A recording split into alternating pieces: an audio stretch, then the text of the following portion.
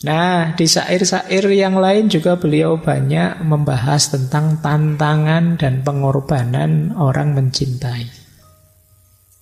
Cinta itu pasti banyak tantangannya dan banyak yang harus dikorbankan. Yang sudah mencintai pasti ngerti ini. Jadi kalau kemarin 2 minggu yang lalu kita membahas tokoh-tokoh sebelumnya itu kan banyak betapa memang cinta itu mengorbankan, tapi pengorbanan yang kita sukai, kita senangi. Sama sekali tidak merasa berat. Karena ada ketulusan. Dan yang terakhir, efeknya cinta pada jiwa.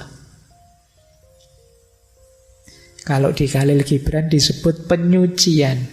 Cinta itu menyucikan kita, membersihkan kita, mentransformasi kita, mengubah kita. Sering saya jelaskan perubahan paling kelihatan dari orang yang mencintai itu dia tidak egois lagi.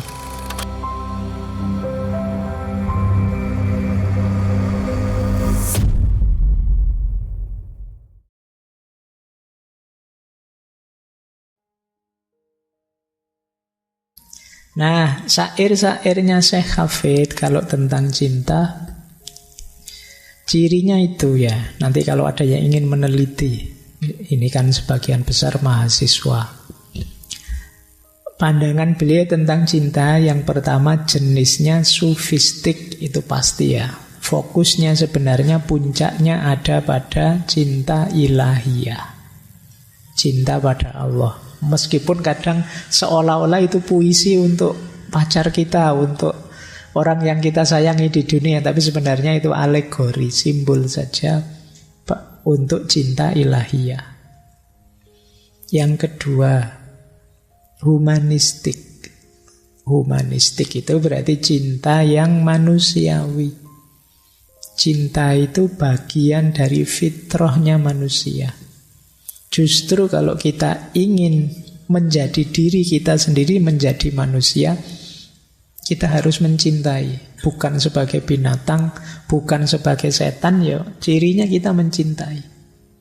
Tidak sekedar berpikir. Berpikir bisa licik, bisa trik.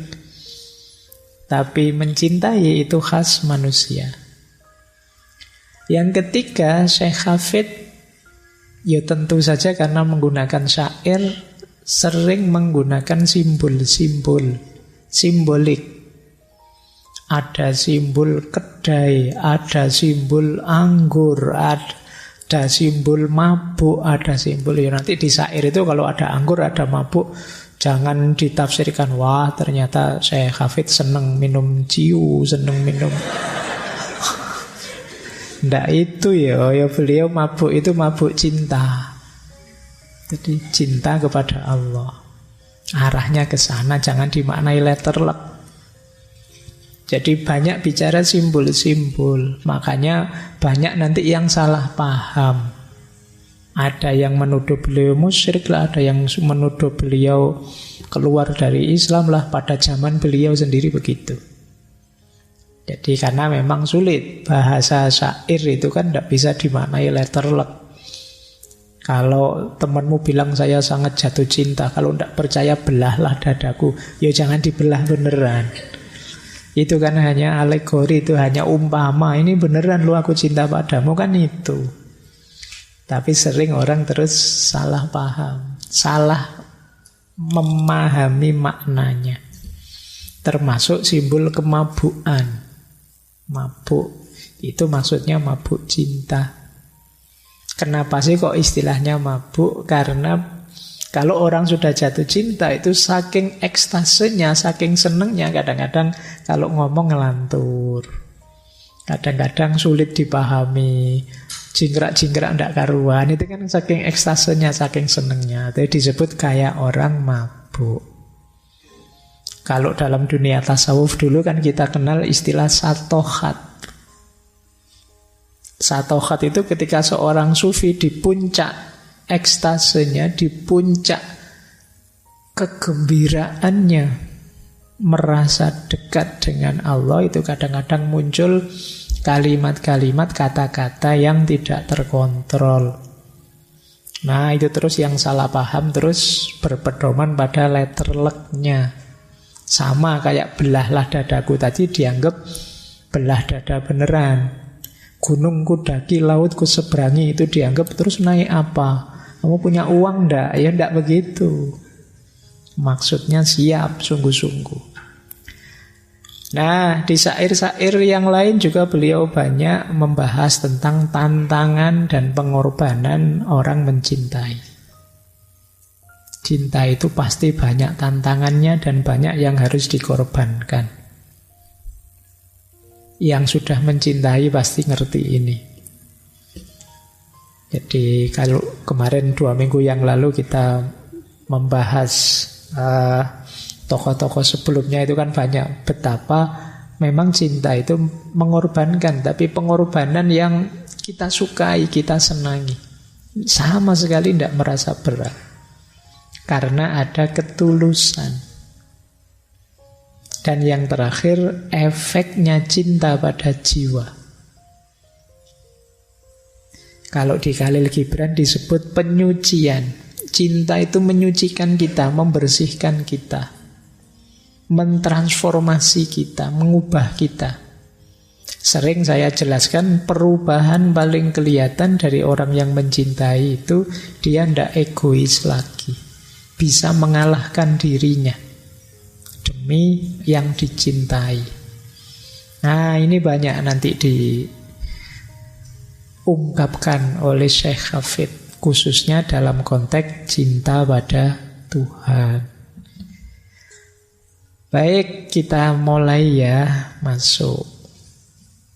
Saya buka dengan salah satu puisinya, ini saya potong. Kata beliau begini, wahai engkau yang mencoba mempelajari keajaiban cinta melalui salinan buku logika, aku sangat khawatir engkau tidak akan pernah benar-benar mengerti maksudnya. Jadi cinta kok ingin tahu cinta itu kayak gimana dengan cara membaca buku, termasuk dengan ikut kajian-kajian seperti ini, itu sebenarnya kurang efektif. Kalau ingin efektif bagaimana? Ya mencintailah. Nanti kamu akan paham. Jatuh cintalah, nanti kamu akan tahu begini toh rasanya. Sebenarnya mungkin kalian sudah punya kualitas cinta itu, cuma belum kalian sadari, belum kalian hayati. Kalau saya ngomong cinta, kamu mesti bayangannya kan ke pacar.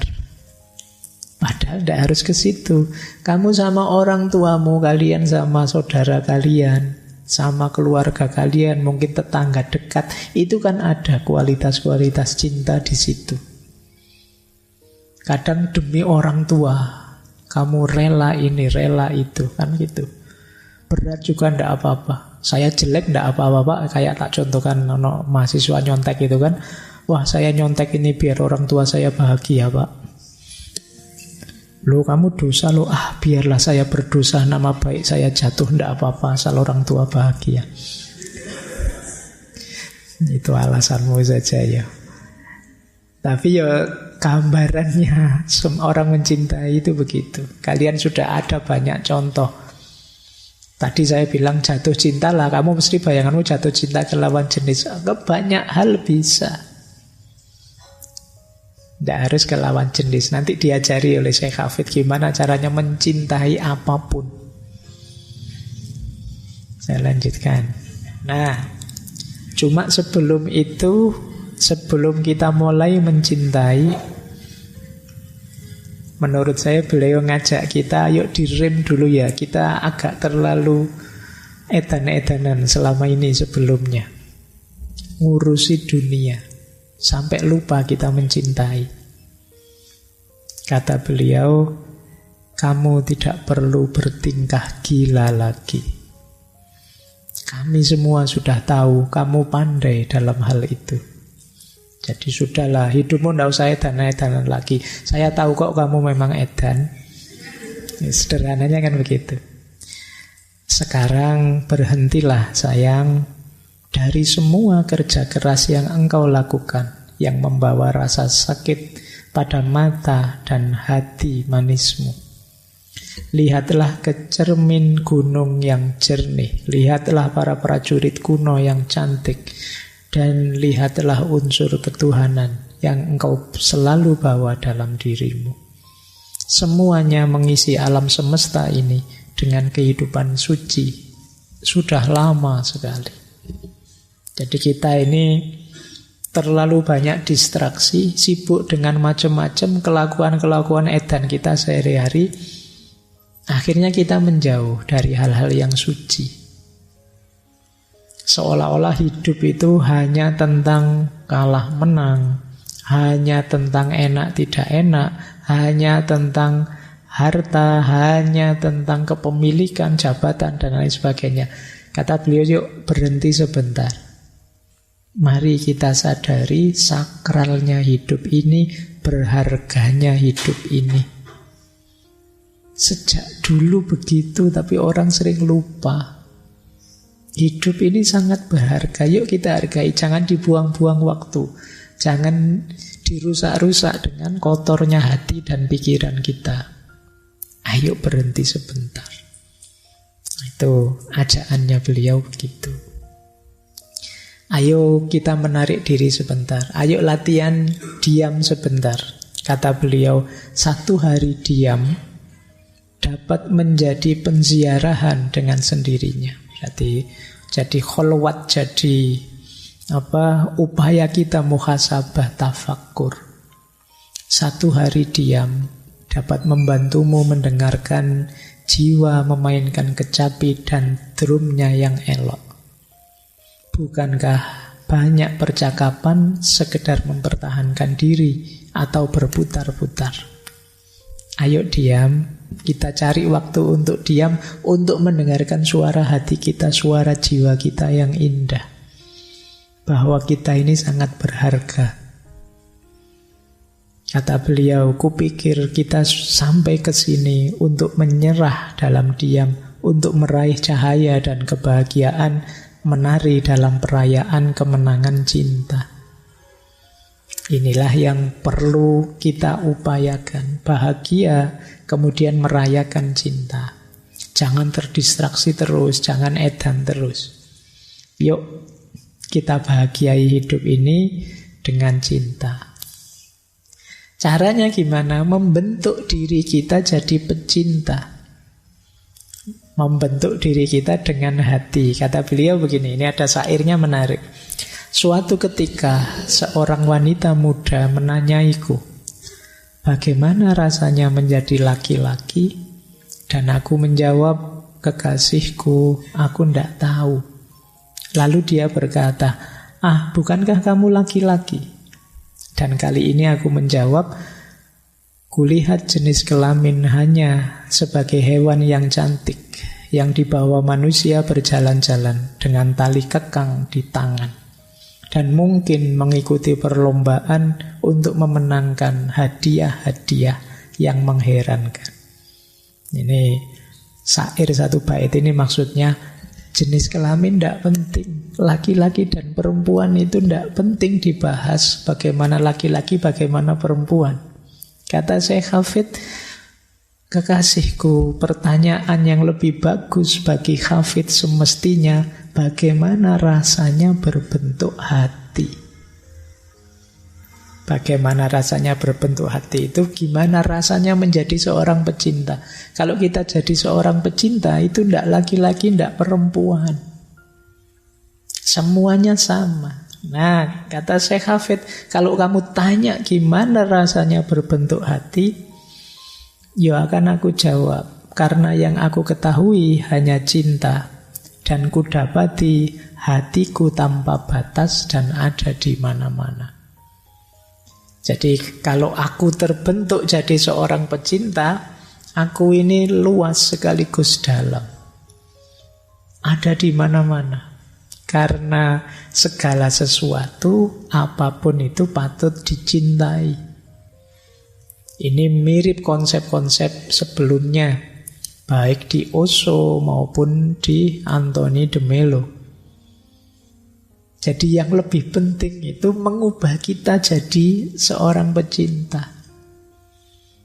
Bukan masalah siapa yang akan kita cintai. Selama ini kan kita sibuk, saya harus jatuh cinta pada siapa.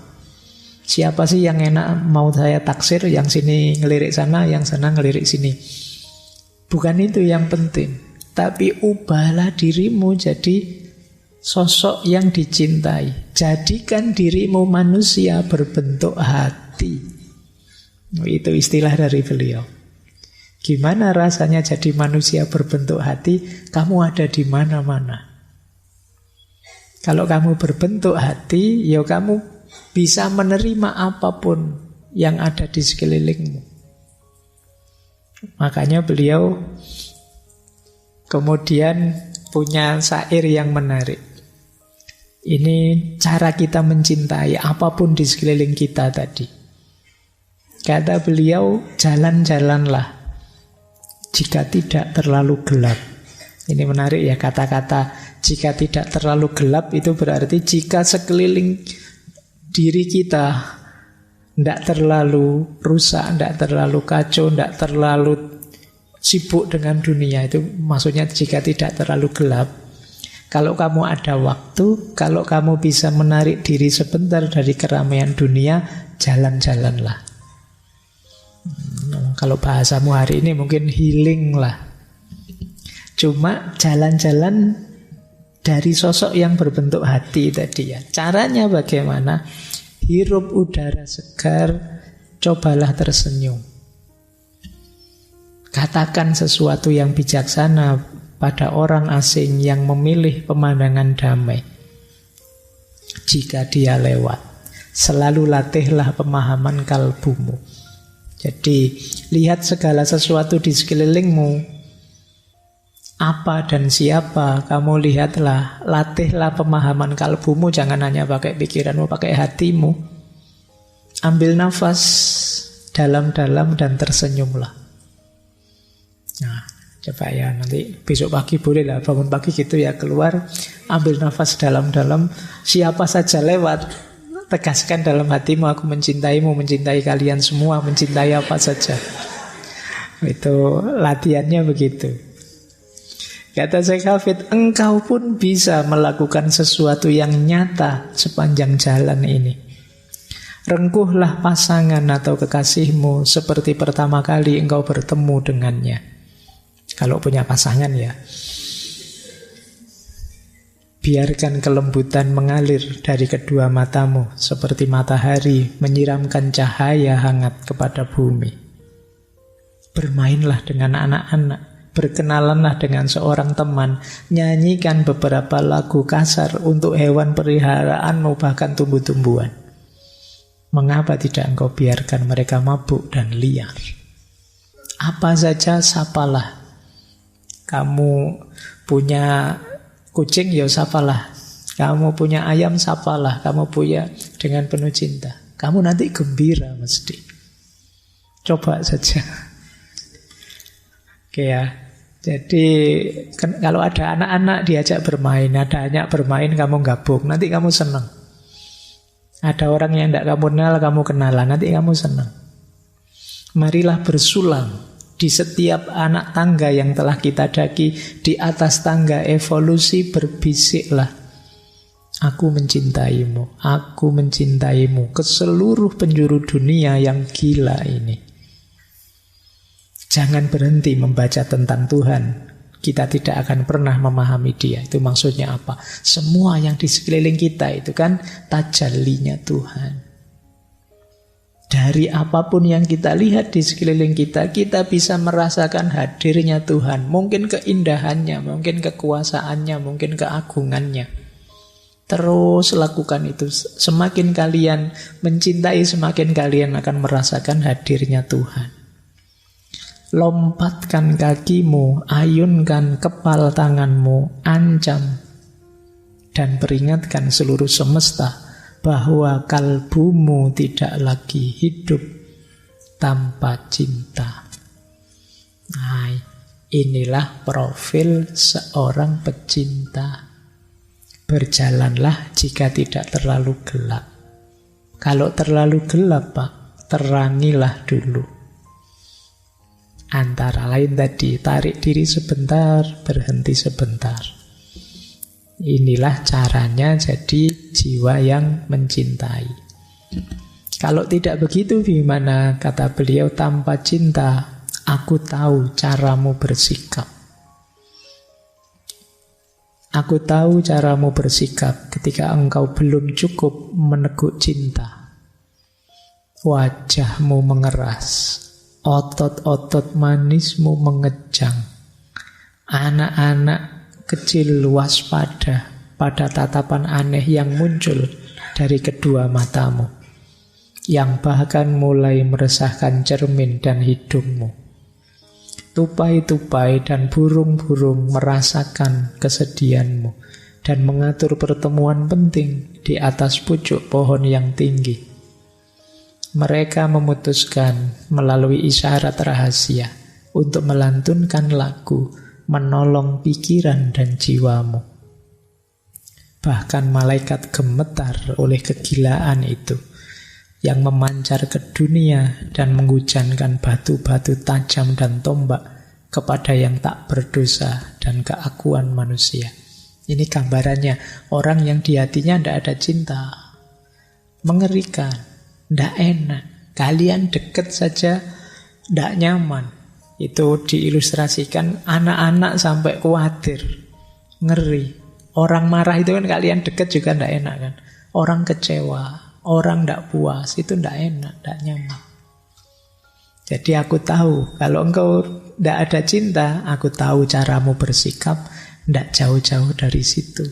Kata beliau, mungkin saja engkau menyobek setiap kalimat yang diucapkan, setiap kawan dan guru, mencari anak-anak kalimat yang tersembunyi.